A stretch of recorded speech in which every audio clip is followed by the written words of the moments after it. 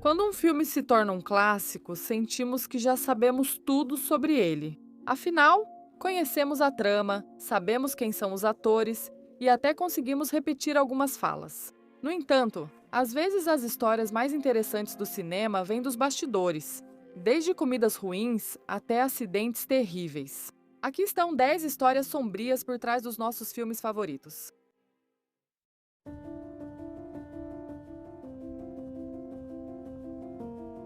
No dia 9 de agosto de 1996, parte da equipe de elenco do filme Titanic estava terminando seu último dia de filmagem perto de Halifax, Nova Escócia, antes de seguir para o sul, para Baja, no México. As grandes estrelas Leonardo DiCaprio e Kate Winslet não estavam presentes, mas outros nomes importantes da equipe de elenco estavam, incluindo o ator Bill Paxton e o diretor James Cameron. Como a filmagem seria do anoitecer ao amanhecer, à meia-noite o elenco fez uma pausa para celebrar a última refeição juntos. Uma sopa, que foi identificada por várias fontes como sendo de frutos do mar, lagosta ou mariscos, foi servida junto com outras opções. Seja qual for a variedade, dizem que estava realmente deliciosa, com muitos voltando para repetir o prato.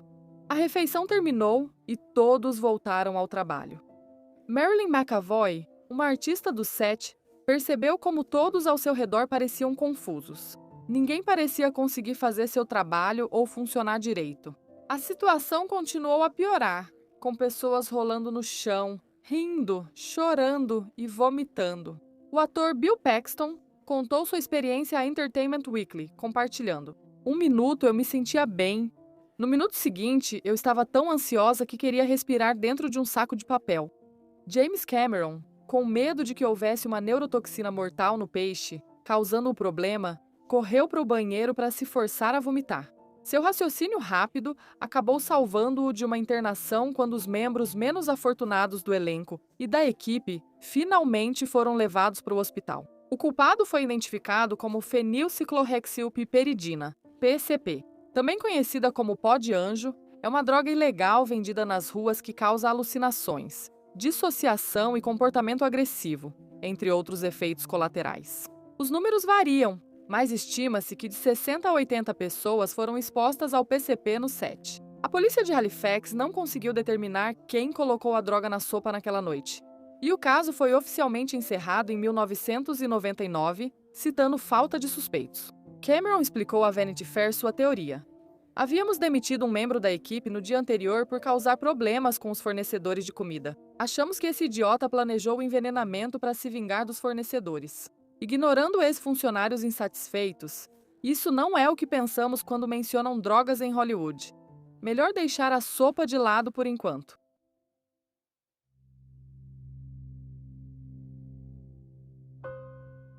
Sempre esperamos que filmes de terror nos deixem na ponta da cadeira, mas não imaginamos que os bastidores sejam tão horríveis assim. No final dos anos 1970, o renomado diretor Stanley Kubrick começou a trabalhar em uma adaptação cinematográfica do romance de Stephen King, O Iluminado. A trama acompanha uma família cujo patriarca, um escritor em dificuldades, aceita um emprego como zelador de inverno em um hotel isolado no Colorado. À medida que a história avança, o filho do casal tem visões psíquicas que começam a piorar conforme a saúde mental de seu pai se deteriora. Escolhendo a promissora atriz Shelley Duvall como sua protagonista antes mesmo de conhecê-la, tudo parecia estar indo muito bem. Infelizmente, logo que as filmagens começaram, tudo desandou. Kubrick tratou Shelley Duvall de maneira cada vez mais abusiva, cortando suas falas sem aviso, isolando-a das outras pessoas e forçando-a a esperar longos períodos antes de gravar suas cenas. Ele criticava Shelley Duvall por qualquer escolha para sua personagem, enquanto elogiava Jack Nicholson e gritava com ela por pequenos erros. Ele incentivava os membros do elenco e da equipe ao redor dela a participarem do abuso psicológico, pedindo que não tivessem pena nem apoiassem Shelley de forma alguma. Kubrick fazia os atores repetirem as cenas várias e várias vezes, e a icônica cena do taco de beisebol foi regravada um recorde de 127 vezes. No final, As mãos de Duvall estavam machucadas de tanto segurar o taco. Sua voz estava rouca de tanto gritar e seus olhos inchados de tanto chorar. Para obter uma reação autêntica dela, Kubrick mantinha Duvall no escuro sobre as escolhas de Nicholson. Então ela nunca sabia exatamente o que iria acontecer em seguida no set. O que vemos na tela é uma mulher verdadeiramente aterrorizada. Além disso, grande parte do trabalho dela no filme era físico, envolvendo correr, gritar e chorar, tudo isso enquanto segurava de uma criança, o ator Danny Lloyd. Como Shelley Duvall conta, Stanley Kubrick não imprime nada até a 35ª tomada. 35 tomadas. Correr, chorar e carregar um garotinho fica difícil. A saúde dela começou a piorar por causa do estresse, com o cabelo caindo em tufos. Para piorar, o filme levou mais de um ano para ser concluído, mantendo Shelley Duvall nessa situação angustiante por bastante tempo. Stephen King foi abertamente crítico à adaptação de Kubrick, especialmente sobre o tratamento dado a Shelley Duvall. Em 2016, ela participou do Dr. Phil e falou abertamente sobre suas dificuldades de saúde mental. Embora não possamos culpar Stanley Kubrick por todos os problemas atuais de Shelley Duvall, o diretor certamente não ajudou.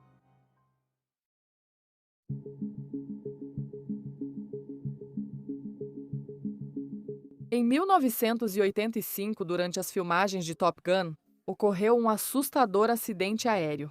O filme acompanha a jornada de um piloto da Marinha chamado Maverick, enquanto ele treina para se tornar um piloto de elite na Escola de Armas de Caça Naval Top Gun. Art Shaw, um experiente piloto de acrobacias e cinegrafista aéreo, estava voando na costa do condado de San Diego, Califórnia, para capturar imagens para o filme. Após realizar uma rotação vertical como orientado, Art Shaw entrou acidentalmente em uma rotação plana invertida. Ironicamente, no filme, esse é o tipo de rotação que resulta na morte de Goose e quase causa a morte de Maverick. 2 colegas de trabalho, o mecânico Kevin Kammer e o piloto Chuck Wentworth, também estavam no ar em um avião separado, vigiando qualquer tráfego aéreo. A dupla observou Shaw entrando na rotação por volta de 1.200 metros, e a 900 metros ele avisou pelo rádio: "Estou com um problema, ainda com problemas."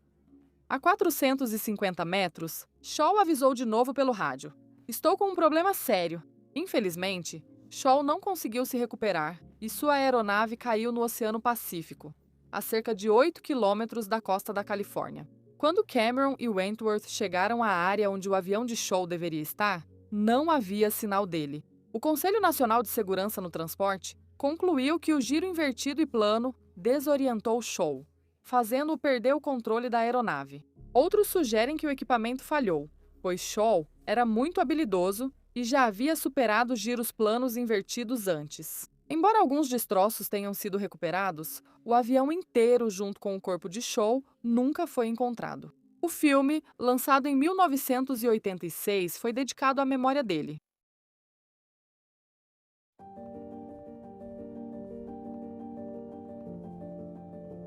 No início dos anos 1960, o prolífico diretor Alfred Hitchcock viu a jovem talentosa Tippi Hedren em um comercial, acreditando que a estrela poderia se tornar a próxima Grace Kelly. Ele lhe ofereceu um contrato de 7 anos, que ela aceitou com felicidade. No entanto, apesar de toda a aclamação artística de Hitchcock, ele tinha um lado sombrio com o qual Hedren se tornou desconfortavelmente familiarizada. A dupla embarcou em seu primeiro filme juntas, Os Pássaros, um suspense sobre uma pequena cidade da Califórnia que é inexplicavelmente e violentamente aterrorizada por bandos de pássaros. Enquanto estavam no set, Hitchcock proibiu outros membros masculinos do elenco de tocarem ou conversarem com Hedren. Ela se lembra de que ele ficava frio e petulante sempre que a via conversando com algum homem. Hedren via seu carro passando devagar por sua casa e, certa vez, tentou beijá-la à força no banco de trás de uma limusine.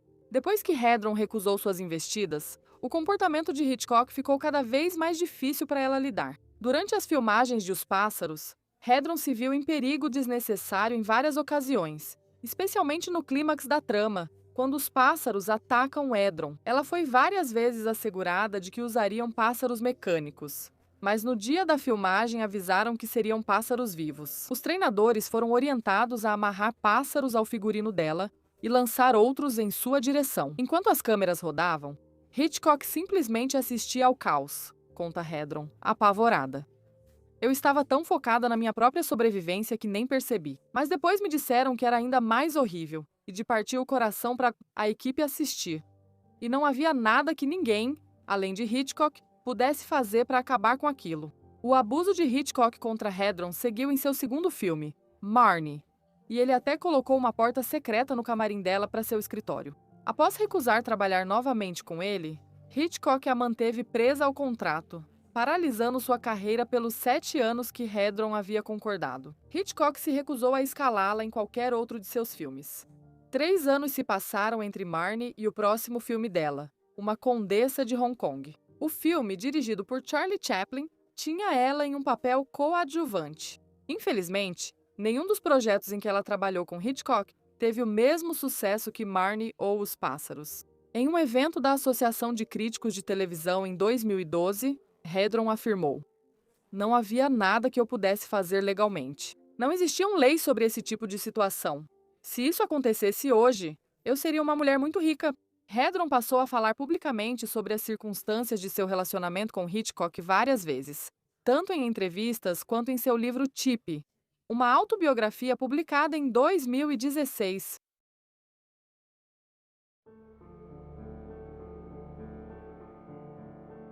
Quando se trata de clássicos no quesito sustos, é bem difícil de superar. O filme Poltergeist, de 1982, o filme de terror mostra a família Freeling sendo atormentada por fantasmas em casa. Embora o filme já seja assustador por si só, ele se torna exponencialmente mais assustador depois que você ouve isso. Em uma cena particularmente angustiante, a atriz principal, JoBeth Williams, é submersa na lama e confrontada com esqueletos. Para Williams e muitos outros membros da equipe de elenco, aqueles esqueletos eram restos humanos de verdade, segundo ela mesma conta. "Eu fiquei na lama e na gosma o dia todo, todos os dias, por uns 4 ou 5 dias, com esqueletos ao meu redor, enquanto eu gritava na minha inocência e ingenuidade. Presumi que fossem esqueletos cenográficos de plástico ou borracha. Acontece que esqueletos falsos seriam muito mais caros de criar do que comprar ossos humanos de verdade. E bem, supomos que Hollywood realmente precisa cuidar do seu orçamento." Outro momento durante as filmagens quase terminou em tragédia. Na trama, o ator Mirin Oliver Robbins é atacado por um boneco de palhaço possuído.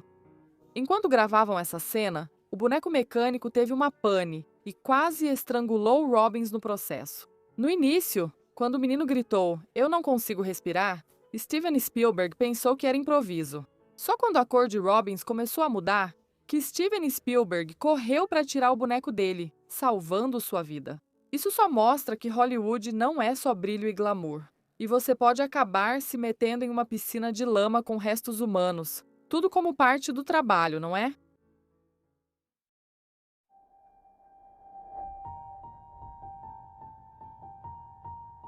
No início dos anos 1980, 4 diretores, incluindo Steven Spielberg e John Landis, decidiram trabalhar juntos para adaptar o popular programa de televisão dos anos 1960, Além da Imaginação, para o cinema. Infelizmente, no último dia de filmagem, o set foi marcado por uma tragédia. Em 23 de julho de 1982, às 2h20 da manhã, o ator Vic Morrow e seus 2 jovens colegas de elenco, Renee Shen Chen, de 6 anos, e Mika Jin Lei, de 7 anos, estavam gravando uma cena ambientada na Guerra do Vietnã. Na cena, eles são perseguidos por um helicóptero, mas nas filmagens o piloto se desorientou com as explosões dos efeitos especiais. Ele perdeu o controle da aeronave, fazendo-a cair bem em cima de Mauro e das 2 crianças. Todos os 3 morreram instantaneamente. Horrivelmente, as crianças nem deveriam estar no set tão tarde. Mas, para contornar o toque de recolher imposto pelas leis trabalhistas infantis, Chen e Lei foram contratados como figurantes em vez de atores. O diretor John Landis, o coordenador de efeitos especiais, o piloto do helicóptero e outros 2 homens que trabalhavam no set foram acusados de homicídio culposo, embora tenham sido posteriormente absolvidos. As famílias das 3 vítimas entraram com processos contra John Landis, Steven Spielberg e a Warner Bros., e chegaram a acordos por valores não divulgados. No final, a cena que continha Chen Lei e o acidente chocante foi, compreensivelmente, excluída do filme.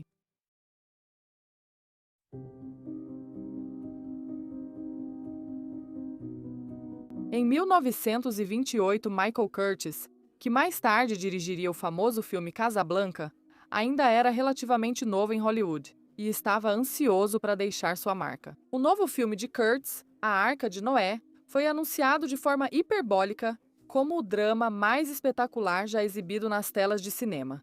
Já que era para ser um espetáculo para todas as eras, Curtiz queria que tudo fosse o mais realista possível, inclusive o dramático dilúvio bíblico, embora tenha sido aconselhado a usar miniaturas. Curtiz recusou e exigiu uma reprodução em escala real do desastre natural, com humanos de verdade, animais e cerca de 2,2 milhões de litros de água. Os figurantes, entre eles um jovem John Wayne, sem saber o quanto e quão rápido a água viria em sua direção, entraram em pânico de verdade. No dia da gravação, as consequências foram graves. Além de vários figurantes terem acabado feridos, com um deles supostamente tendo que amputar a perna, 3 também teriam morrido. A cena polêmica permaneceu no filme, mesmo que o medo dos figurantes seja muito real. A calamidade certamente poderia ter sido evitada, e o evento é creditado por ter inspirado a introdução de regulamentações de segurança em Hollywood.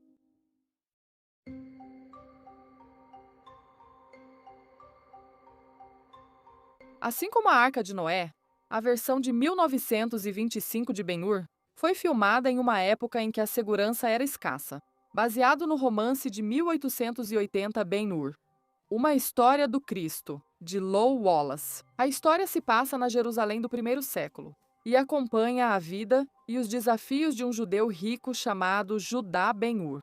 A história é popular e foi adaptada pela primeira vez para o cinema mudo em 1907. Houve versões subsequentes lançadas em 1959 e 2016, além de adaptações menores em animação e para a televisão da história. No entanto, o filme de 1925 foi atormentado por problemas, incluindo uma filmagem longa e cara. Na Itália, que estava sob a ditadura fascista de Mussolini na época, uma antiga catacumba romana foi destruída. O diretor Fred Niblo maltratou as crianças figurantes e um membro idoso do elenco quase morreu de pneumonia. Tudo isso, por si só, já tornaria a experiência terrível. Mas quando você leva em conta o que aconteceu durante a cena das bigas, tudo o resto parece insignificante. Para capturar a famosa corrida de bigas entre o personagem principal e seu inimigo, Masala, uma enorme reprodução do Coliseu foi construída.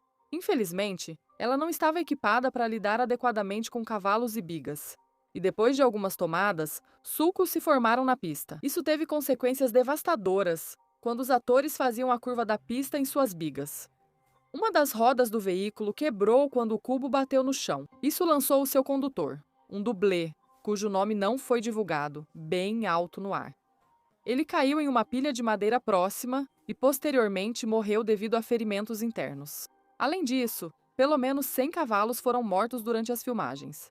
Acidentes com bigas eram comuns e mataram muitos, mas o mais grave foi o caso do diretor da segunda unidade, B. Reeves. Easton se recusou a permitir que um veterinário cuidasse dos animais. Sempre que um cavalo mostrava o menor sinal de ferimento, Easton ordenava que ele fosse abatido. Para piorar, nenhuma das filmagens feitas em Roma pôde ser aproveitada. Consideraram que estava escuro demais, e toda a cena foi refeita em um estúdio em Culver City, Califórnia. Infelizmente, o número de mortes de cavalos aumentou, com 5 morrendo na cena final do acidente de bigas. Apesar do processo problemático e do orçamento gigantesco de 3,9 milhões de dólares, o maior para qualquer filme na época, o filme foi um sucesso. E o público não fazia ideia das condições perigosas que criaram uma experiência cinematográfica tão emocionante.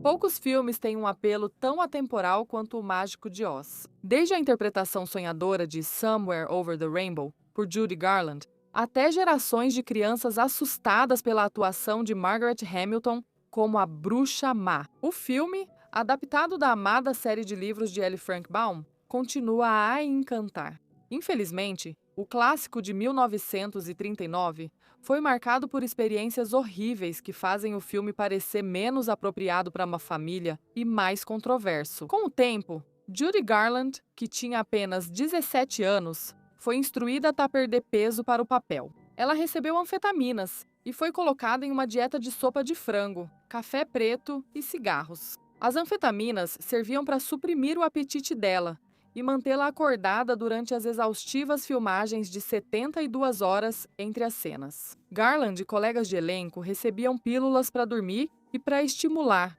trabalhando e dormindo sob efeito dessas drogas em ciclos controlados. Esse hábito assombrou Garland pelo resto da vida, e ela acabou morrendo de overdose de drogas aos 47 anos de idade. Após sua morte, Sid Luft, ex-marido de Garland, revelou que Garland lhe contou que era constantemente apalpada pelos atores que interpretavam os Munchkins, dizendo que eles tornavam a vida de Judy um inferno no set ao colocarem as mãos debaixo do vestido dela.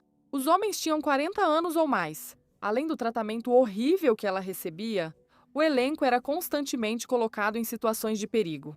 Buddy Ebsen foi inicialmente escolhido para ser o Homem de Lata, mas ele sofreu uma reação extremamente perigosa à maquiagem, que continha pó de alumínio, e recebeu uma licença enquanto se recuperava. Ele foi substituído por Jack Haley. Além disso, as luzes intensas usadas para filmar em cores eram tão quentes que vários membros da equipe desmaiaram. E o ator Bert Lahr frequentemente passava mal de calor em sua fantasia de leão covarde. Mas os ferimentos não pararam por aí. Margaret Hamilton sofreu queimaduras graves devido a uma porta-trampa com defeito que a expôs aos efeitos pirotécnicos. E sua dublê, Betty Danko, também se feriu em outra cena pelos mesmos efeitos.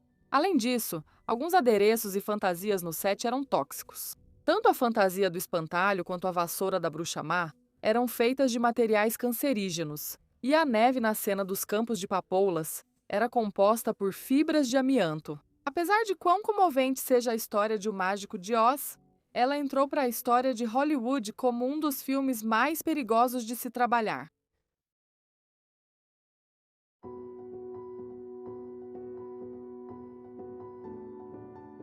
Em 1980, a talentosa dublê Heidi Von Beltz recebeu uma ligação do seu então namorado, Bob Bass.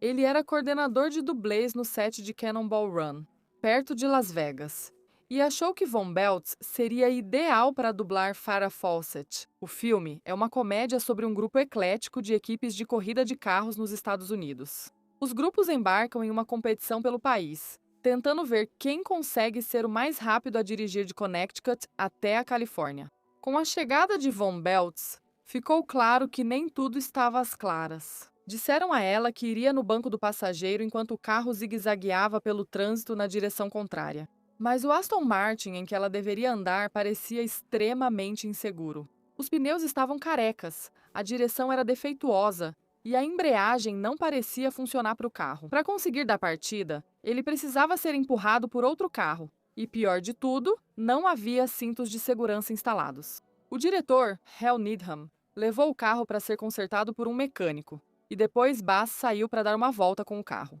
Quando ele voltou, disse a Von Beltz e ao motorista, Jimmy Nickerson, que o Aston Martin estava pronto para ir. Nickerson expressou preocupação, argumentando que mais reparos precisavam ser feitos e que o carro ainda não tinha cintos de segurança.